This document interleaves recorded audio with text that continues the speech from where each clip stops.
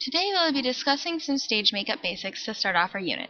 If you've never had experience with stage makeup, that's okay. We'll be starting from scratch, so don't worry.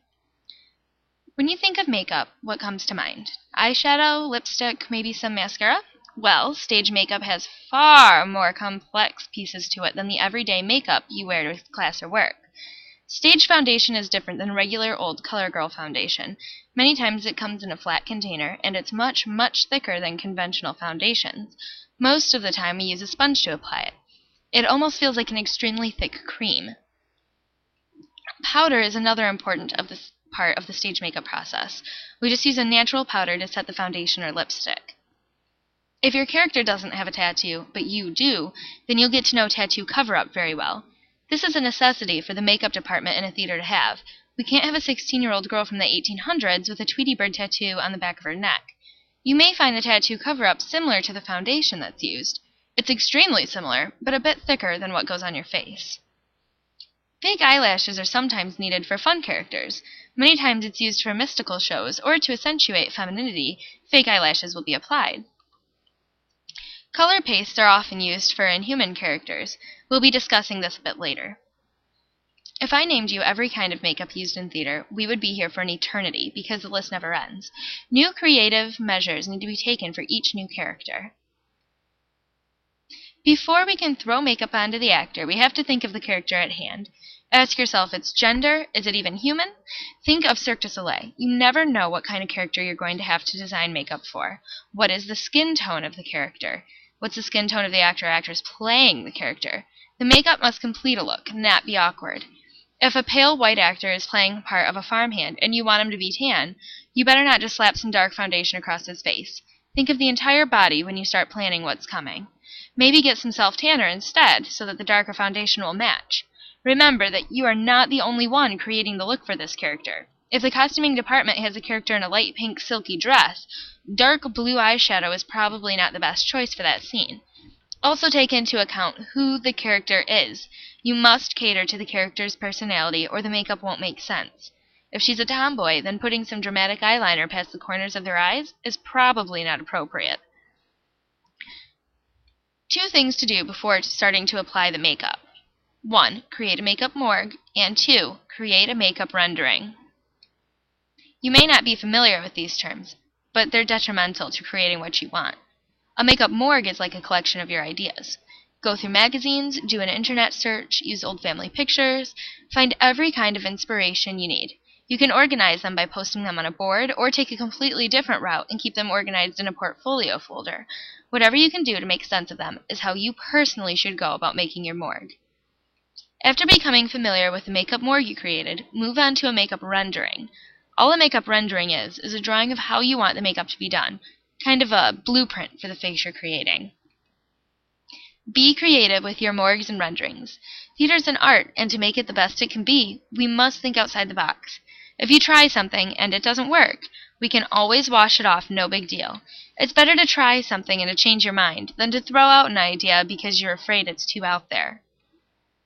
Figure out who your character is during these first two stages.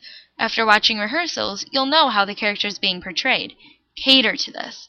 Bring out the little details that you notice. How the character would do his or her makeup is how it should be worn. Some characters are unrealistic and require unrealistic makeup. Other characters are the opposite, and they shouldn't wear much makeup besides the foundation, powder, and some mascara with eyeliner. Some characters have to look like they've been crying. How can we accomplish that look? Sexy characters also need to look the part. You wouldn't create the town flirt without any eyeshadow, would you? Don't forget about makeup for men. Even men need to wear makeup on stage. The lighting will completely wash out their faces if foundation isn't applied. Also, eyeliner should be worn on them to define their eyes, as well as lipstick. Not all characters are going to be human. In theater, we portray all sorts of things. Cats, flowers, dogs, owls, aliens, Smurfs. Basically, anything you can think of can be thrown at you. We'll go over this more tomorrow when we actually start to play around with the makeup and designing our characters' looks. But to remember the basics, just think of foundation, powder, and blend, blend, blend. Do not forget to blend. I cannot stress this enough. We want our makeup to look realistic, at least to an extent. No lines where the foundation meets the neck, and no lines of stray powder where it doesn't belong. The topic of non-human makeup is extremely broad. This is a very basic example of what should be happening with them. Once again, though, you will notice that the process starts with foundation and powder. In this case, the foundation may be something that's blue or green, which means that you'll be applying the same color to your arms, legs, any skin that's showing. Special glues may be used for attaching non-human prosthetics. We will be practicing that in class tomorrow. Think animal ears, whiskers, gills. Eye color is perhaps what we think of when we start to design a human character. We can actually apply everyday techniques to this portion of the process. Lid to brow with the lightest shadow, and then cover the outside half with a medium shade, and finally a sideways V in the darkest shade you're going to use. Using little things that may not be thought of on an everyday basis is a good thing. When an audience comes to see a show, they want to be dazzled, and one of the ways to dazzle them is by going the distance and putting everything into the makeup. Foggy contacts, if they're in your budget, are a great idea for sight-impaired characters.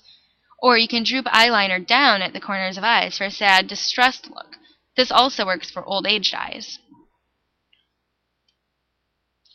There are many times that characters get hurt during a play. If a hand is chopped off, then we have to figure out how to get rid of that hand. If someone's skin has been scalded in a fire, it's our job to make them look burned.